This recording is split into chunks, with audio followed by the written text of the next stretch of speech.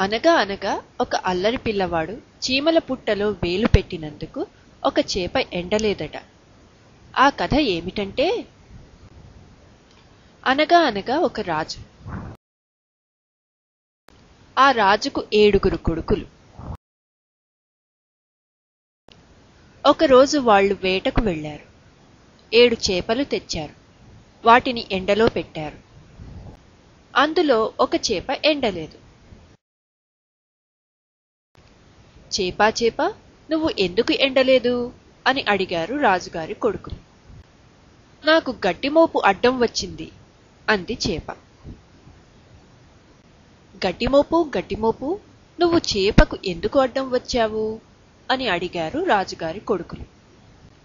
నన్ను ఆవు మెయ్యలేదు అంది గడ్డిమోపు. ఆవు ఆవు, నువ్వు గడ్డి ఎందుకు మెయ్యలేదు అని అడిగారు రాజుగారి కొడుకులు. నాకు గొల్లవాడు మేత వెయ్యలేదు అంది ఆవు.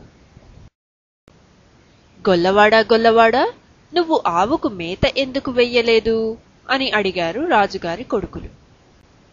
నాకు మా అవ్వ ఇంకా బువ్వ తేలేదు అన్నాడు గొల్లవాడు. అవ్వా అవ్వా, నువ్వు గొల్లవాడికి బువ్వ ఎందుకు ఇవ్వలేదు అని అడిగారు రాజుగారి కొడుకులు. నా మనవడు ఏడుస్తున్నాడు అంది అవ్వ. బాబూ బాబూ, నువ్వు ఎందుకు ఏడుస్తున్నావు అని అడిగారు రాజుగారి కొడుకులు. నన్ను చీమ కుట్టింది అన్నాడు ఆ పిల్లవాడు. చీమా చీమా, నువ్వు బాబుని ఎందుకు కుట్టావు అని అడిగారు రాజుగారి కొడుకులు.